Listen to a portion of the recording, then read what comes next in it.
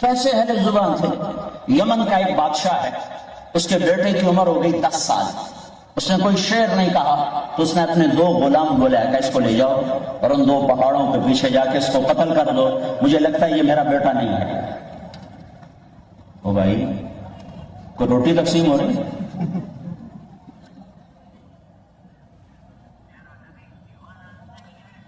دونوں غلام اس بچے کو لے کر پہاڑ کے پیچھے گئے، انہوں نے تلوار نکالی، وہ بچے نے کہا کیا کر رہے ہو؟ کہ تیرے باپ کا حکم ہے تمہیں قتل کر دیا جائے۔ اس نے کہا کیوں؟ کہ تیرے باپ کو تیرے نسب پہ شک ہے کہ تو 10 سال کا ہو گیا ہے، تو نے کوئی شعر نہیں کہا، تو اسے شک ہے کہ تو اس کا بیٹا نہیں۔ کہ صرف اتنی بات ہے؟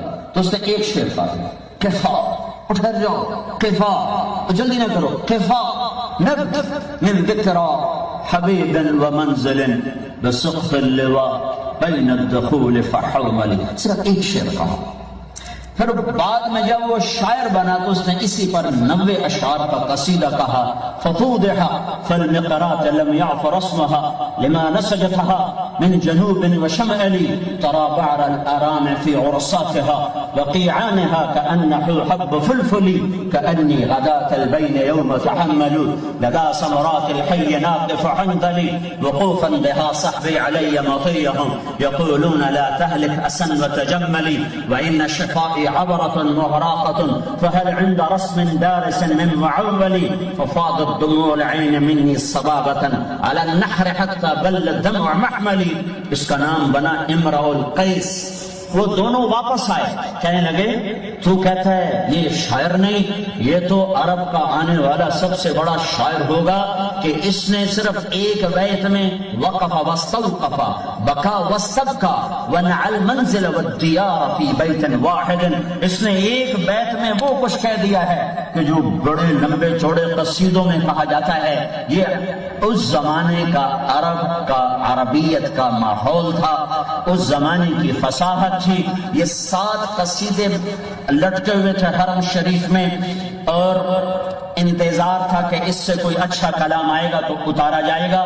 میرے اللہ نے قرآن اتارا تو قصیدے اترنے شروع ہو گئے۔ امرؤ القیس مر چکا ہے، وراثت میں اس کی وارث اس کی بہن ہے۔ لوگوں نے کہا تو یہ قصیدہ اتار، تو قرآن نہیں سنتی محمد کا صلی اللہ علیہ وسلم؟ وہ کہنے لگی ابھی میرے بھائی کی ٹکر کا کلام نہیں آیا۔ پھر میرے اللہ نے ایک آیت اتاری، اس کو افصح آیت فی القرآن کہا جاتا ہے۔ سارا قرآن سارا ہی فصیح ہے، لیکن یہ ایک آیت قرآن کی سب سے فصیح آیت ہے کہ اس میں 19 الفاظ ہیں اور 21 بلاغت کی اقسام ہیں جو ایک انسان کے بس میں نہیں ہے۔ ایک آیت اتری، وقیل یا ارض ابلعی ماءک ویا سماء اقلعی وغیض الماء وقضی الامر واستوت علی الجودی وقیل بعدا للقوم الظالمین۔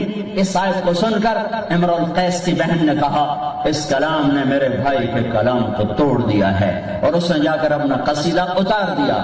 کوئی 100 سال آگے تاریخ چلی گئی تو ایک شخص آتا ہے عبداللہ ابن المقفع، بہت بڑا عربی ادیب، مجوسی تھا، پر ایمان لایا، بحالت ایمان دنیا سے گیا۔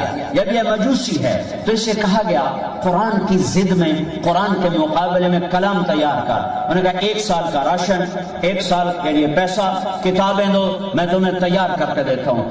1 سال عبداللہ نے اپنے گھر سے باہر قدم نہیں نکالا سوائے حاجت بشریہ کے، اور وہ 1 سال لگا رہا اور اس نے کلام تیار کیا کہ بس یہ کلام قرآن کی ٹکر کا ہے۔ اب وہ مطمئن ہو کر باہر نکلا، یوں گلی میں سے گزر رہا ہے، ایک گھر کی کھڑکی کھلی ہوئی ہے اور ایک بچی گلی کی طرف منہ کر کے قرآن پڑھ رہی۔ اب عبداللہ یوں گزرا اور بچی نے کہا وقیل یا ارض ابلعی ماءک، تو عبداللہ کھڑا ہوا،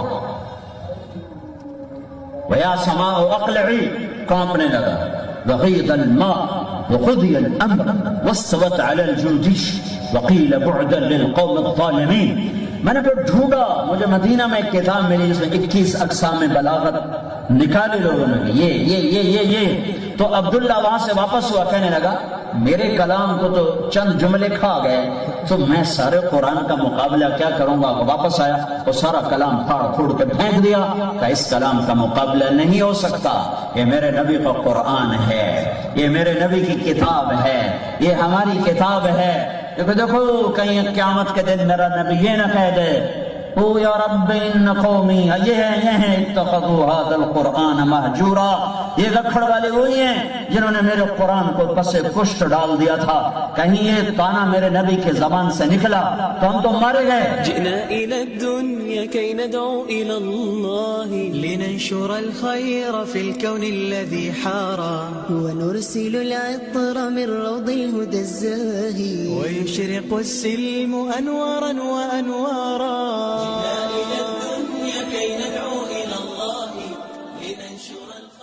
السلام علیکم فرینڈز، دس از می رمضان صافی اور آپ دیکھ رہے ہیں میرا اردو قرآن چینل۔